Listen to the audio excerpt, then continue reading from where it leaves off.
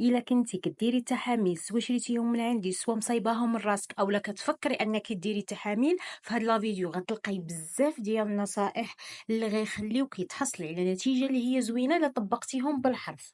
غنعطي مجموعه من النصائح ومجموعه من الارشادات، لا بالنسبه للماكله لا بالنسبه للنصائح ديال طريقه الاستعمال.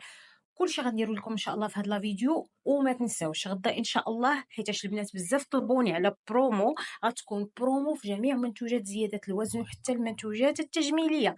فخليكم على القرص، وإلا ما طلعوش لي كونفيكاسيون ديال لي باك اللي غيكونوا فيهم برومو، دخلوا غدا وبعد غدا غادي تلقاوني حطيت يا اما فيديوهات ولا ريل صغير غادي نهضر فيه على البرومو، وغنهضر على المنتوجات اللي غتكون فيهم برومو.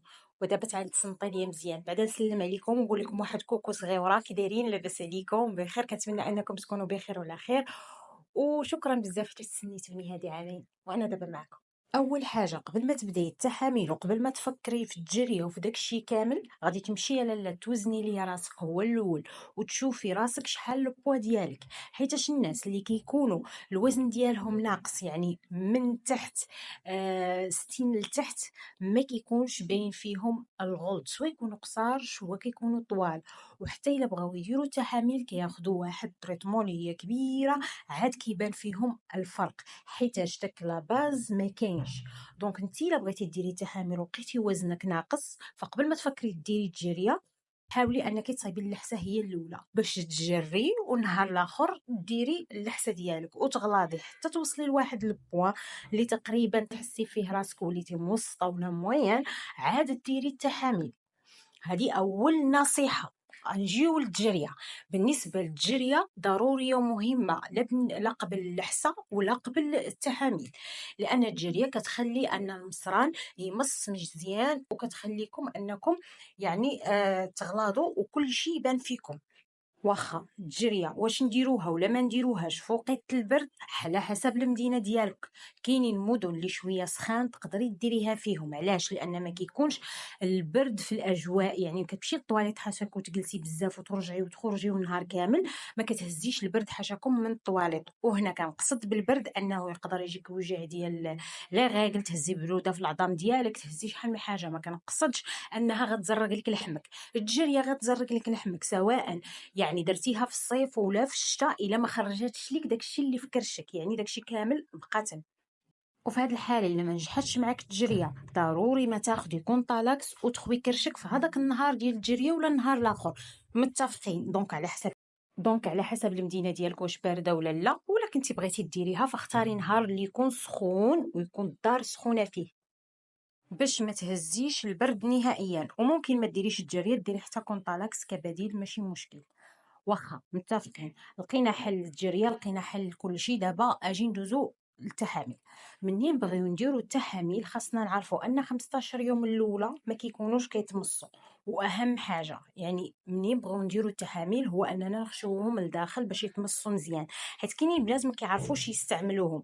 وهنا كاينين جوج طرق، يا اما غديريهم في زويته بلديه يا اما غديريهم في الزبده. غتاخدي الزبده الحيوانيه ماشي النباتيه وغادي تذوبيها وتحيدي منها كاع داك الحليب مع شويه ديال الزعتر الشيح الخزامه اللي عندك، ممكن ديرها الزعتر بوحدو. مني غتذوبيها غتحطيها في الثلاجه وتهزي منها واحد المغصون تخليه بالحراره ديال المطبخ. يا اما كديري قويلبه في الزيت يا اما كديريها في هذيك الزبده. ومن بعد كتستعملي التحميله ملي كتبغي تستعمليها ما كديريهاش في وضعيه حاشاكم ديال انك جالسه اولا كديري الخروج. هاد الوضعيه كتخلي التحميله تهبط ما كتطلعش، لان العضلات ديال المخرج كيكونوا في وضعيه ديال الاخراج. فحاولي ما امكن انك تنعسي وتكوني مرتاحه وتغسلي يديك وتستعمليها بواحد الطريقه اللي هي بشويه حتى تدخليها وتحطيها في بلاصتها وتدخل لداخل. متفقين؟ باش ما تسببش لك في القبض وباش تذوب، حيت الا بقات برا فكوني متاكده انها ما غاديش تذوب، خاصها تدخل شويه لداخل. هذا بالنسبه للتحاميل. مني كنبداو التحاميل البنات ردوا البال بزاف، كنشربوا الماء تقريبا 3 لتر ديال الماء في النهار. وضروري ما تنتبهوا للماكله ديالكم لانها خاصها تكون غنيه بالبروتينات والماكله تكون صحيه. ومني كنقول غنيه بالبروتينات ونقص السكريات فانا لا اعني انكم ديروا الريجيم، لا، الماكله ديال الزنقه والحلوى والمناضه وداك الشيء غادي نحيدو، ولكن في نفس الوقت غناكل مجموعه من الاغذيه اللي غنيه بالبروتينات. ولا ممكن تستعملي ريو اللي حتى هو كاين في المنتوجات ديالي اللي هو غني بالبروتينات وبالمكسرات البرازيليه. سينو ممكن تعوضيه بالزريق ولا تعوضيه باي حاجه يعني فيها المكسرات اللي غنيه بالبروتينات. متفقين؟ بالنسبه لريو البنات راه كيجي بحال هكا، هذا ريو كنبيعو انا، اللي بغاتو راه كاين يعني ممكن تطلبيه على الرقم اللي كاين لتحت، وممكن تطلبيه سريعا من الموقع ديال مع امل. ريو كيجي بحال هكا، هذه راه ديالي هاد الطاسه البنات، راه ديجا كليت منه. المره كتكون الطاسه راها عامره، كديريه يا اما مع الحليب معلقه وحده كافيه، يا اما كديريه مع الحليب اللي هو دافي، يا اما كديريه مع الماء، يا اما كديريه مع دانون وبنانه. المهم كديريه مع معلقه وحده، تقدر دير لك حتى نص سيطرو ديال الحليب ولا نص سيطرو ديال الماء وطحني معاه البنان ولا افوكا ولا اللي بغيتي. ريو ممتاز انه يزيد لك لتحت، كيديروه الناس اللي كياخذوا تحامل، وكيديروه الناس حتى اللي كيديروا الكديره او لا كيديروا السبور لانه غني بالبروتينات. هذه متفقين عليها. ندوزو هذه بالنسبه للاكل. شوفوا التحاميل البنات، الا كنتو خديتوهم عند شي تاجر وبغيتو تعرفوا واش فيهم التمر ولا لا، يكفي انك تهرسي التحميله وتذوقيها. الا لقيتيها حلوه بعدي عليها راه فيها التمر، لقيتيها حاره ومره وريحه العشوب كتعطعط فهاديك التحميله راها مزيانه ولا هذوك التحاميل راهم مزيانين.